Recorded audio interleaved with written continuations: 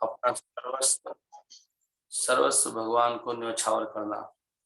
तो हम ये श्लोक पढ़ रहे थे बीच में से, जहाँ पे ये बात आई थी, श्रेयम श्रुतिम भक्तिम उदस्यते विभो क्लिशन्ति ये केवला बोध लब्धे। ये श्लोक ये है, यहाँ पे देख सकते हैं श्लोक को। श्रेय श्रुतिम भक्तिम उदस्यते विभो क्लिशन्ति ये केवल बोध लब्ध है। केवल बोध मतलब एक्सक्लूसिव नॉलेज लब्ध है फॉर द अचीवमेंट। मतलब मेरे प्रिय भगवान, आपके प्रति भक्ति वो सबसे उत्तम मार्ग है आत्म साक्षात्कार का। अगर कोई व्यक्ति इस मार्ग को छोड़ देता है, श्रेय श्रुतिम मार्ग, श्रेय श्रुतिम मार्ग मतलब श्रुतिम मतलब मार्ग, श्रेय सबसे उत्तम मार्ग को कोई छोड़ देता है, अगर सुप्रीम बेनिफिट पाथ भक्तिम उदस्य छोड़ देता है, ते वो हे भगवान, उनका क्या होता है, क्लिशंती है and engage in the cultivation of speculative knowledge, he will simply undergo a troublesome process। तो उसका क्या होगा उस व्यक्ति का, अगर इस भक्ति मार्ग को छोड़ के कुछ और करेगा तो केवल वो क्लिशंती कलेश पाएगा। क्लिशंती है केवल बोध लब्धि है, वो ज्ञान मार्ग पे चलेगा, बोध लब्धि है मतलब ज्ञान प्राप्त करना चाहता है, क्लास सुनना चाहता है और चैंटिंग करना नहीं चाहता है, ये मतलब ज्ञान मार्ग पे है। प्रभु जी जब कथा चलती है सुनते हैं और फिर हम भाग जाते हैं। जब माला होती है, माला मतलब भक्ति करना, ऑफकोर्स कथा सुनने में भी भक्ति है लेकिन ज्ञान भी है ना इसमें भी, वो तो केवल भक्ति हो रही है। तो जब चैंटिंग करते हैं केवल भक्ति है वो। अगर श्रद्धा पूर्वक के सेवा भाव से भगवान का बोलना है और सुनना है, पता है भगवान की सेवा है, वो सबसे बड़ी सेवा क्या है, भगवान का नाम लेना, सेवा करना नहीं चाहता। तो कह रहे हैं कि क्लेशंती ये केवल बोध लब्धि है, तो वो केवल व्यक्ति क्लेशंती है, उनको क्लेश मिलेगा। आप कहो प्रभु जी कथा सुन रहा हूँ क्लेश आ रहा है, क्लेश तो आएगा ही। आप कथा सुन के चैंटिंग ही नहीं करते, चैंटिंग करते हैं तो ध्यान पूर्वक नहीं करते, श्रद्धा पूर्वक नहीं करते, सेवा भाव से नहीं करते, तो कह रहे क्लेशंती ये क्लेश आएगा, क्योंकि वो केवल ज्ञान मार्ग पर है। देखते हैं आज क्या नई बात मिलेगी हमें। कथा सुन लेते हैं फिर चैंटिंग नहीं करेंगे, केवल बोध लब्धि है। कल हमने नोट किया था, सबसे पहले भागे थे कल की कथा चैंटिंग के समय जो सुनने रहे थे, कौन माता जी, राधा रानी माता जी तुरंत एकदम उड़नछू हो गई थी, चली गई थी।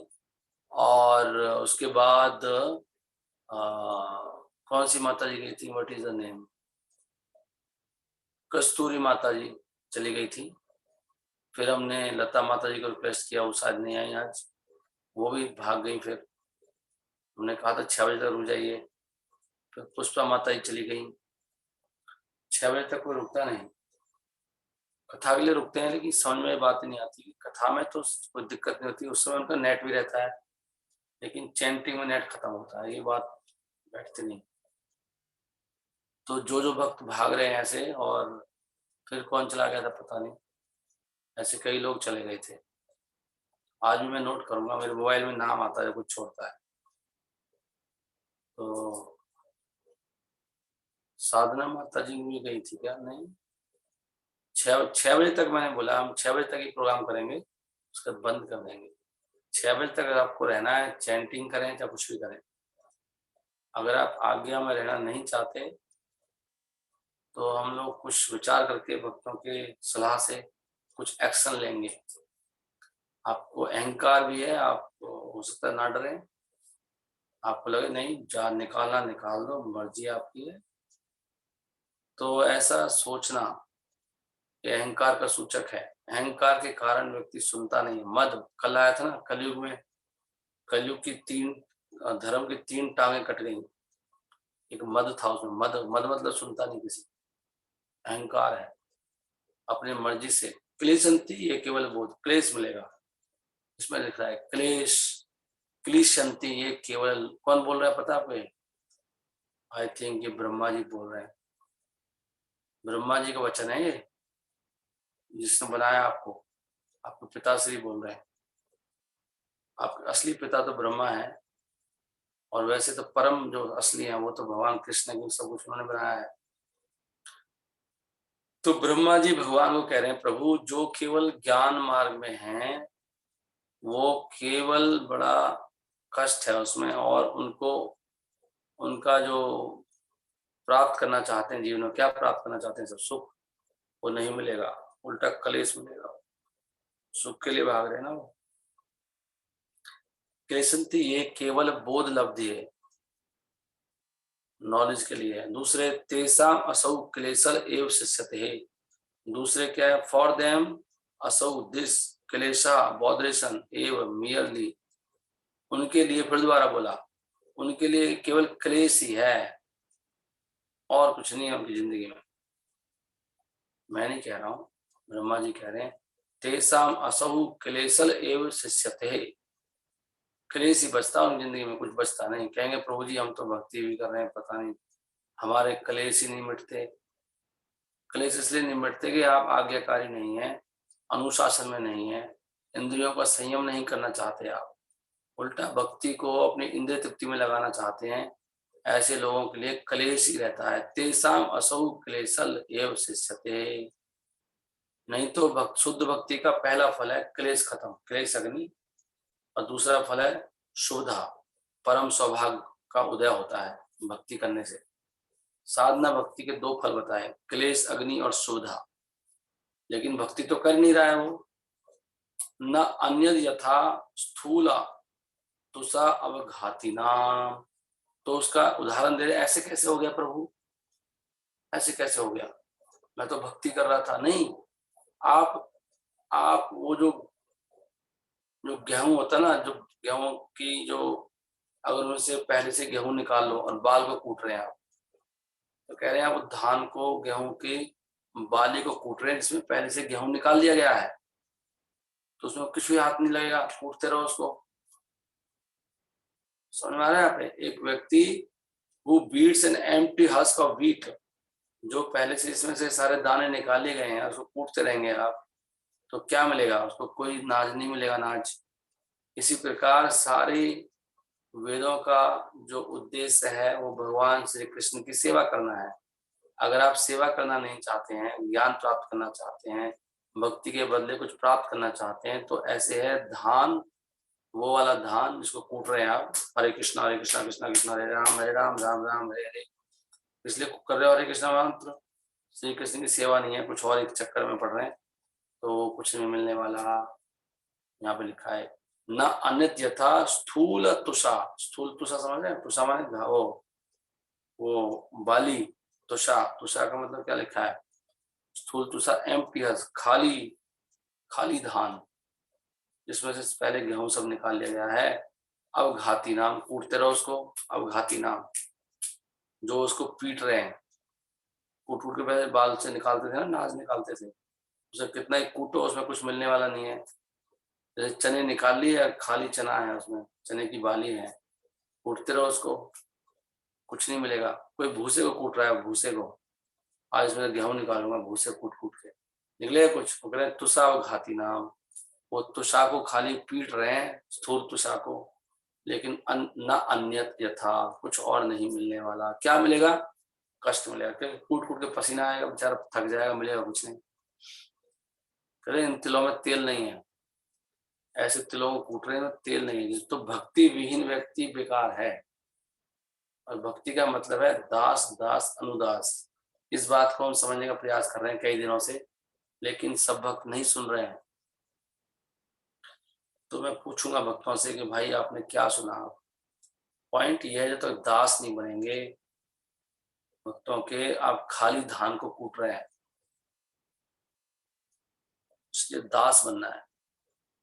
जैसे माताओं को सेवा दी है और बहुत नई माता को उनका उनका बना दो लीडर, तो कहेंगे अरे कल तो आइए, माता ये हमारे ऊपर कैसे चढ़ गई आके। अगर आपने ऐसे सोच लिया तो आप खाली धान हो गया हो। आपको सोचना चाहिए कि ये अपने आप तो नहीं बना दी ना, नेता किसी ने बनाया है, परंपरा से आ रही है, यही हमारी गुरु है, ऐसे सोचना चाहिए।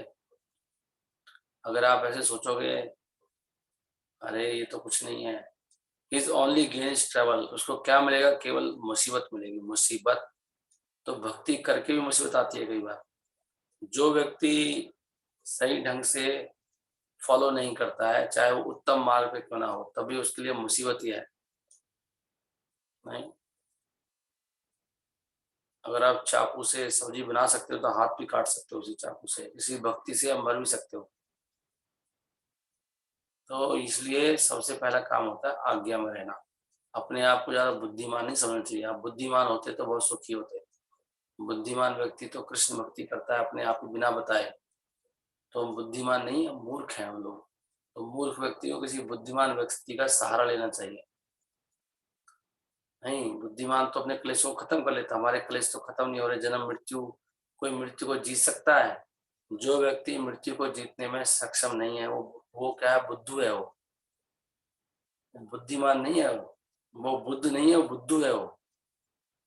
जब आप इस लायक हो जाओगे, प्रभु मैं तो मृत्यु का डर खत्म हो चुका है, मृत्यु को मैं जीत सकता हूँ, भगवान के दर्शन जब मैं चाहूँ तब मैं कर सकता हूँ, और कोई क्लेश मुझे परेशान नहीं करता है, तब तक आप बुद्धू हो, ये कह रहे हैं यहाँ पे।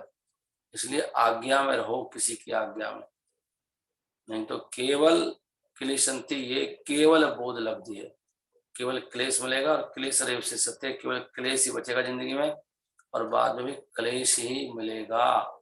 His only gain is trouble, ये लिखा है आप देख लो। और अच्छा श्लोक है ना।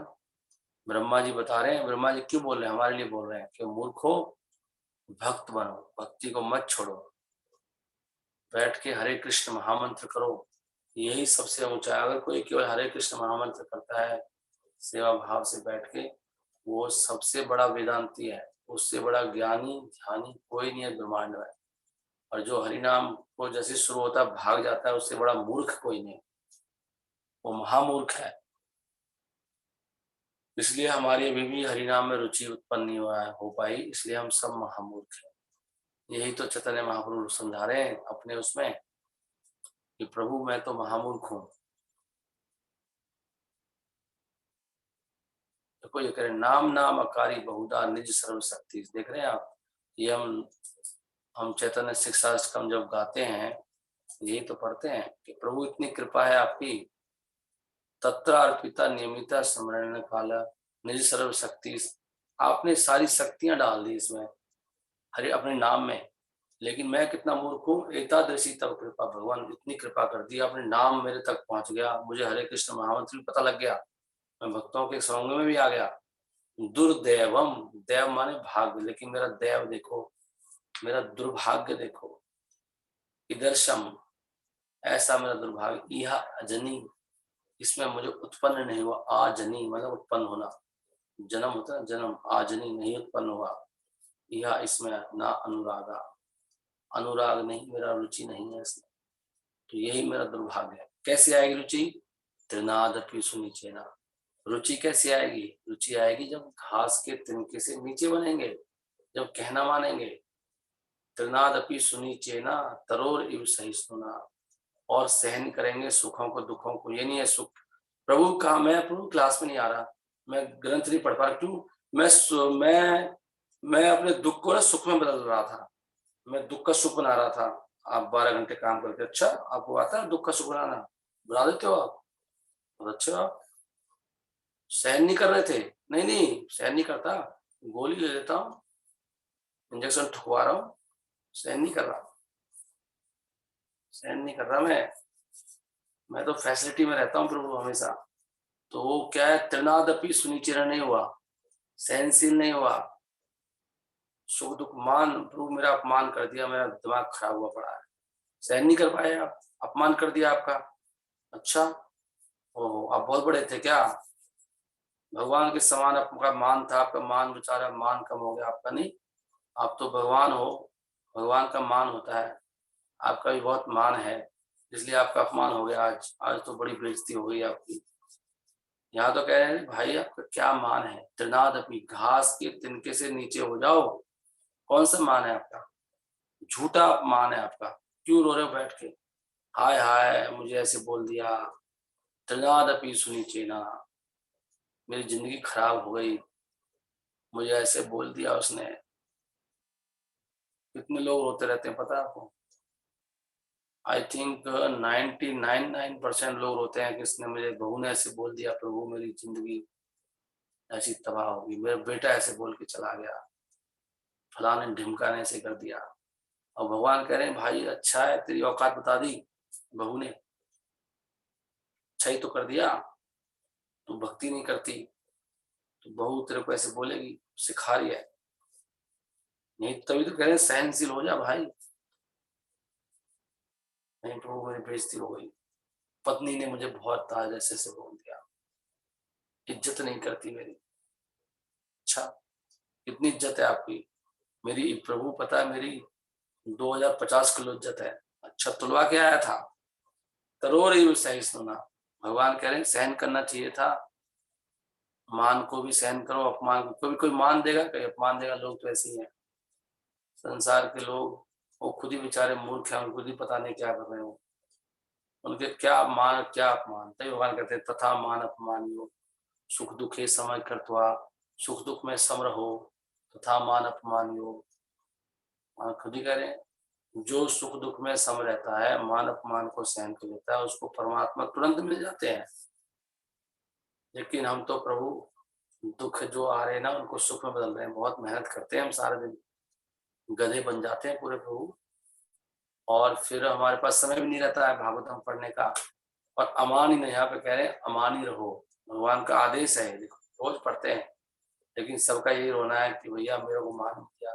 कह रहे दूसरे को मान दो आप, कोई मान नहीं दे रहा उसको। उसके ऊपर हमने बॉस, उसके ऊपर हमने एक प्रभु जी रखे, माता रखी कि भैया इनके नीचे, इनके शरणागत होकर सेवा करो। श्लोक भी पढ़ा दिया, भैया मान देना उनको, गुरु जी को मान देना, उनकी बात माननी है। नहीं नहीं मान नहीं देंगे, मान देंगे अपने मन को। हमारा मन नहीं है प्रभु से भक्ति करने का, हम भाग जाएंगे, सुनेंगे नहीं। तो कैसे गति होगी, कैसे होगी गति बताओ? दुर्गति होगी। अमानी ना मान देना कीर्तनिया सदा हरि।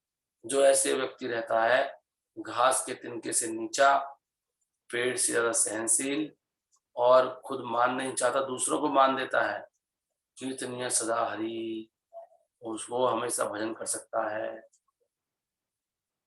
देख रहे हैं अभी देवहूति ने अपने पुत्र को कितना मान दिया, नहीं? कैसे वो ऊपर बैठे थे, माता नीचे बैठी थी, और सारा कपिल भगवान ने कितने घंटे बोला ज्ञान ही ज्ञान। और पूछ रही है प्रभु कैसे मेरी मति लगेगी, मैं दुख पा रही हूँ संसार में, जन्म मृत्यु के चक्कर में फंसी हूँ, और मेरी कैसे ये ममता कटेगी, ये पूछ रही है। मैं कितनी मूर्ख हूँ, और पुत्र से पूछ रही है। वो ये नहीं सोच रही कि ये मेरा पुत्र है, ऐसे क्या पूछूं मैं। इसलिए भक्ति में कोई ये नहीं होता, उम्र नहीं होती। जो हमसे भक्ति में ज्यादा आगे है, कोई भी हो चाहे, तुरंत उसकी शरण लेनी चाहिए। ये नहीं सोचना चाहिए, इससे भगवान बहुत खुश होते हैं। ये नहीं सोचना चाहिए तो कल की लड़की है, ये कहाँ से हमें सिखाएगी, ये कल का लड़का, हमारी जिंदगी भर का अनुभव है, ज्यादा बोल रहा है, ज्यादा बोल रही है, हमें फोन करती है, सुबह सुबह डिस्टर्ब करती है, डिस्टर्ब करता है। ये सब विचार आते हैं हमको, ऐसी बातें नहीं आते। और तभी हमारी भक्ति नहीं होती, तभी हमारे दुख कलेश खत्म नहीं होते। ये छोटी सी बात है, जब तक नहीं समझेंगे कुछ फायदा नहीं है। समझ पा रहे हैं आप लोग? इसलिए ब्रह्मा जी कह रहे हैं भाई भक्ति करो। भक्ति का मतलब है दास बनना, कुछ नहीं है भक्ति का मतलब। वो कहे चैंटिंग छोड़ दो, छोड़ दो, क्या करो प्रभु? अरे झाड़ू मारो आप। ठीक है झाड़ू मारता हूँ जी, हरे कृष्ण, हरे झाड़ू मारते मारते हरे कृष्ण महामंत्र करो। भक्ति हुआ है, भक्ति का मतलब कहने में रहना। रूपा जी एक जगह बताते हैं कि अ, जैसे गुरु कहें, जैसे भगवान कहें, वही करना भक्ति है। अब वो गोपियां कहाँ बैठ के माला कर रही थी, कहाँ माला कर रही थी भगवान, वो तो भगवान की कोई भी सेवा जाए उसमें लगी हुई थी। भगवान कैसे खुश होंगे? भक्ति का वास्तव में मतलब है भगवान कैसे खुश होंगे। भगवान की परंपरा में जो व्यक्ति हैं, गुरु परंपरा क्या चाहती है आज हमसे, वो करना भक्ति है। एक बार एक भक्त था प्रभुपाद जी का, प्रभुपाद जी का सेक्रेटरी, उसकी सेवा थी बस प्रभुपाद जी के ही गेट पे बैठा रहना है। अंदर से घंटी बजेगी, तो उसको समझाया भक्तों ने, प्रभुपाद जी घंटी बजाएंगे आपको तुरंत भाग के जाना प्रभुपाद जी के पास।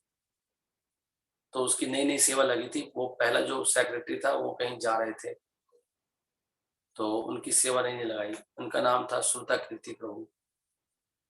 श्रुता कीर्ति प्रभु को सबसे पहली बार जब जिंदगी में वो सेवा समझा दी गई, घंटी बजी, भाग के गए तेजी से, जय श्रील प्रभुपाद की जय, प्रणाम किया लंबा लेट के, यस प्रभुपाद क्या कर सकता हूँ आपके लिए। प्रभुपाद ने कहा मैं तुझे चेक करना चाह रहा था कितनी देर कितनी जल्दी आता है, कोई सेवा नहीं है, वापस जाओ। तो अपनी डायरी में लिखते हैं, उन्होंने किताब लिखी है प्रभुपाद इस अपनी प्रभुपाद जी के साथ जो जो उनकी लीलाएं हुई हैं, कि मैं इतना खुश हुआ, प्रभुपाद जी इतने जॉली, प्रभुपाद जी हंसे, मैं चेक करना चाह रहा था तुम कितनी जल्दी आते हो। तो फिर उनको लगा अरे प्रभुपाद जी खाली गंभीर नहीं है, बहुत हंसमुख है, मजाक भी करते हैं। फिर श्रुता कीर्ति प्रभु सुबह सुबह मंगला आरती पे बड़ा जोर था प्रभुपाद जी का, मंगला आरती में सब लोग आने चाहिए, और चाहे कोई मर भी जाए, प्रभुपाद जी का अगर आप बीमार पड़े हो, खड़े नहीं हो सकते, लेट लेट के आओ, रेंग रेंग के, लेकिन मंगला आरती जरूर आओ। तो उनके दिमाग में एक दिन आया कि सुबह सुबह तो मैं प्रभुपाद जी में कभी नहीं बुलाया, प्रभुपाद जी ने मुझे सुबह सुबह 4:30 बजे तो प्रभुपाद जी कभी बुलाते नहीं, घंटी वंटी मारते नहीं, प्रभुपाद जी ग्रंथ लिखते रहते थे। तो मंगला आरती चले गए मंदिर में, प्रभुपाद जी के रूम के बाहर थे, लेकिन प्रभुपाद जी तो मंगला आरती नहीं जाते थे, वो सेवा ग्रंथ लिखते रहते थे उस समय सुबह रात को 1 बजे उठ के। तो वो चले गए मंगला आरती में, तो एकदम मुंह तो जाके खड़े हुए थे और बड़े खुश थे, मैं भी मंगला आरती कर लेता हूँ। भगवान के दर्शन कर रहे थे, एकदम भक्त ढूंढते ढूंढते, अरे श्रुता कीर्ति का, श्रुता कीर्ति का क्या हुआ, प्रभुपाद जी बहुत गुस्से में बुला रहे हैं तुम्हें, क्या बात कर रहे हो। हाँ प्रभुपाद जी कहाँ गए थे तुम। प्रभुपाद मैं मंगला आरती गया था। ओ मूर्ख, मंगला आरती तुम्हारे लिए माया है, तो मंगला आरती कैसे चले गए, तो आज सेवा यहाँ पे थी। तो समझ रहे हो आप, मंगला आरती कोई माया हो सकती है, लेकिन वास्तव में माया है। असली असली मंगला आरती है गुरु का कहना माना, जो गुरु कहें वही मंगला आरती है, वही चैंटिंग है। तो असली वास्तव में भक्ति का मतलब ये नहीं होता कि हम चैंटिंग कर रहे हैं। अगर चैंटिंग आप मनमर्जी से कर रहे हैं, अगर चैंटिंग गुरु ने बोला है अभी सेवा की भाई इतने घंटे करो, तो हम लोग चैंटिंग क्यों करते हैं वास्तव में, भगवान को प्रसन्न करने के लिए नहीं। हम चैंटिंग करते हैं गुरु महाराज को प्रसन्न करने, उन्होंने मैं ऑर्डर दिया है कि भाई कम से कम 16 माला करो और उसके बाद सेवा करो। अगर गुरु जी कहेंगे आज चैंटिंग नहीं करनी है तो नहीं करेंगे, लेकिन कल करना चैंटिंग सारी, आज की भी कल की भी, आज खाली सेवा करनी। तो पॉइंट क्या आ रहा है सब निकल के, पॉइंट ये आ रहा है कि भक्ति का मतलब है दास बनना, दास का मतलब है जो आपके अधिकारी हैं, अधिकारी जिनके अंडर सेवा कर रहे हो उनका कहना मानना ही भक्ति है। इसलिए चैतन्य महाप्रभु ने बोला कि ना विप्रह ना नरपति ना चा वैश्य ना शूद्र, ना मैं विप्र ब्राह्मण हूँ, ना मैं राजा हूँ नरपति, ना मैं वैश्य हूँ, ना मैं शूद्र हूँ, और ना वर्णी, ना ब्रह्मचारी हूँ, और ना चा गृहपति, ना मैं गृहस्थ हूँ, सब बोला ना उन्होंने, और ना वनस्थ हो, ना मैं कौन वानप्रस्थी हूँ, और ना चा यति, मैं यति भी नहीं हूँ, सन्यासी कौन हूँ मैं, गोपी भर्तु पद कमलियो दास दास दास, मैं तो गोपी भर्तु, जो गोपियों के भर्तु हैं उनके चरणों के जो दास हैं, उनके भी जो दास हैं, उनके भी जो दास हैं, जितना नीचे जाऊंगा उतना मेरी अच्छी गति है, ये बनना है। जो कहना नहीं मानता, भक्ति का मतलब यही है। भक्ति कोई स्वाद लेने की जगह नहीं है, ऑफ कोर्स सबसे ज्यादा स्वाद भक्ति में ही है, आस्वादन, लेकिन कब आएगा वो सेवा करने के बाद। सेवा के बाद जो आस्वादन करते हैं, हनुमान जी क्यों अभी तक उसी रूप में है, दास भाव में सबसे अच्छे उदाहरण है हनुमान जी। इसलिए हनुमान जी का नाम है, एक नाम हनुमान जी का क्या है, राम नेत्र दास, राम नेत्र दास। किसी का नाम था कमल नयन दास, मतलब नेत्रों के दास हैं। भगवान जैसे इशारा करते हैं, वो तो बस भगवान की आंखों की तरफ देखते रहते हैं, कोई इशारा करेंगे सेवा के लिए, जैसे इशारा होगा हनुमान जी तुरंत रेस लगा के जाते हैं, वो ऐसे नहीं बैठते। इसलिए हनुमान जी को देखा आपने कैसे बैठते हैं? वो ऐसे नहीं बैठते जैसे मैं बैठा हूँ। हनुमान जी बैठते हैं जैसे कि 100 मीटर की रेस लगाने होते हैं ना, वर्ल्ड ओलंपिक के प्लेयर होते हैं, वो कैसे बैठता है जब रेस लगाने से पहले, ताकि उनको सेवा में कोई देरी ना हो जाए। 1 सेकंड की भी देरी नहीं करते वो। हाँ, जा रहा हूँ, अरे जा रहा हूँ ना, जा रहा हूँ। जैसे सेवा का ऑर्डर आता है, वो पहले ही समझ जाते हैं कि महाराज क्या चाहने वाले हैं। और इसलिए हनुमान जी का देखो कितना ऊंचा पद है, नहीं? कितने बलवान हैं वो, कितने तेजस्वी हैं। असिद्धि नौ निधि के दाता ने, सच बात है ये। तो सेवक जो होता है, वो भगवान उसको सब कुछ दे देते हैं। भगवान को बड़ा आनंद आता है अपने सेवकों को सेवा करने में। तो जो भगवान की जितनी सेवा करते हैं, भगवान भी उनके लिए उतना ही समर्पित हो जाते हैं। इसलिए हनुमान ये कह रहे हैं, कौन? ब्रह्मा जी। ये पीछे कैसे हो गया? यहाँ से आएगा। ब्रह्मा जी कह रहे हैं शुद्ध भक्ति करनी चाहिए। श्रेया श्रुतिम भक्ति मुदस्सते हो। ये भगवान जो भक्ति छोड़ देते हैं उनका बड़ा मुश्किल होता है। तो यहाँ पर हम लोग पढ़ रहे थे कल, फिर हमने ये पढ़ लिया था। और अभी कितना हो गया? 5:31 हो गया। तो I will stop it here. ठीक है, तो मैं ये बात समझाने का प्रयास कर रहा हूँ और समझने का भी प्रयास कर रहा हूँ आप भक्तों से। अभी मेरी सब भक्तों से यही प्रार्थना है कि आप सब 6 बजे तक चैंटिंग करो हमारे साथ मिलके। बिना नहाए भी चैंटिंग कर सकते हैं, ब्रश करके, कुल्ला करके, मुंह धो के, हाथ पैर धो लो और चैंटिंग उठाइए और धुआंधार करिए चैंटिंग जोर जोर से। क्यों दुख पाना है? सोच के देखो, बहुत दुख है प्रभु। प्रभु जी एंड माता जी, आप लोगों को आभास नहीं है, बहुत दुख आते हैं जिंदगी में, बहुत दुख आएंगे भी। ऐसे डरो, ऐसे मूर्खता में निडर मत बनो। डरना चाहिए हमको। प्रभुपाद जी को पूछा था, प्रभुपाद जी आपका आपको कुछ शिकायत है आपके भक्तों से? भगवान ने कहा मुझे केवल एक ही शिकायत है कि मेरे भक्त माया से डरते नहीं। माया से डरना चाहिए। माया बहुत खतरनाक है, बहुत दुख देती है। दुर्गा मैया जिसकी आप पूजा करते हो, उसके हाथ में त्रिशूल है। वो किसको मारती है? वो उन्हीं दुष्टों को मारती है जो आज्ञा पालन नहीं करते हैं। उन्हीं को 3 तरह के ताप देती है। दुर्गा मैया ही तो मारती है सबको, तो कष्ट वही दे रही है सबको। उसकी ड्यूटी लगाई त्रिशूल, 3 शूल है उसके पास। और उनके पति के पास भी शूल, शायद त्रिशूल है।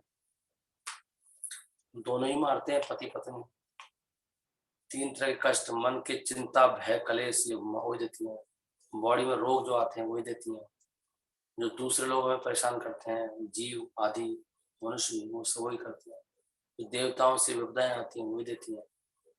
तो उनको देती हैं जो भगवान के शरणागत नहीं है। करेक्ट? तो अभी आप भक्तों से मेरी प्रार्थना है, आप कौन कौन भागेंगे हम लोग नोट करेंगे। फिर आज देखेंगे आप में से कौन कौन बड़ा खतरनाक भक्त है। एक्चुअली ये अच्छा भी है, वो भक्तों की पहचान हो जाती है। पर ये भक्त ना बाद में परेशान करते हैं। वो भक्ति का मुखौटा पहन के आते हैं और बाद में वो बहुत परेशानी का कारण बनते हैं। तो छटनी होनी चाहिए।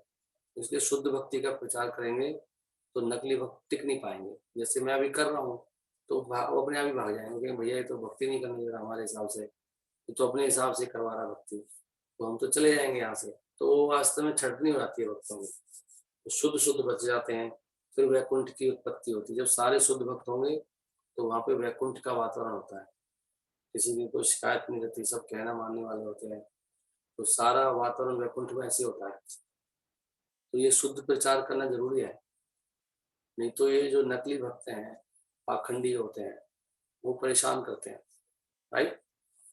तो इसमें कोई मुसीबत नहीं है 6 बजे तक रुकने में। आप प्रयास करिए रुकने का। और मुझे क्षमा कर दीजिए, मुझसे कोई गलती हो रही हो तो, या मैं ज़्यादा स्ट्रिक्ट हो रहा हूँ तो। लेकिन मुझे तो अभी यही समझ में आ रहा है, तो मैं ऐसे ऐसे कर रहा हूँ। मैं गलत हो सकता हूँ, तो मेरा लेकिन कोई इंटेंशन नहीं है कोई गलत करने। गलती कर सकता हूँ, बिना भावना गलत नहीं है मुझे। तो आप मेरी स्थिति को भी समझिए। मैं भी जैसे ऊपर से ऑर्डर है ऐसे ही मैं करने का प्रयास कर रहा हूँ। श्रील प्रभुपाद भी यही समझाया कि गुरु को बहुत हैवी होना चाहिए। हम लोग उन्हीं को प्रतिनिधि हैं, तो हमें बहुत शक्ति से प्रचार करना है। हमारे महाराज ने भी किताब लिखी है, प्रभुपाद की सेवा में प्रबल प्रचार, शक्ति से प्रचार करना है, एकदम स्ट्रांग, तब जाके अच्छे अच्छे हीरे आएंगे हमारे पास। एक चंद्रमा भी आएगा तो बहुत है, तारे नहीं चाहिए, चंद्रमा चाहिए। बहुत जगह बहुत भीड़ होती है, वहाँ पे सब भेड़ बकरी इकट्ठे हो जाते हैं, भक्त कोई नहीं होता, बहुत भीड़ है आजकल ना, और सब गुरुओं को भीड़ चाहिए होती है। लेकिन हमारी परंपरा तारे वो चंद्रमा बनाने की है। एक चंद्रमा होता है और आसमान में बहुत सुंदर चांद चांद बनना है। हरे कृष्णा। सही भक्तों से प्रार्थना है, अभी चैंटिंग करिए। Rakesh Prabhu join, very good. So now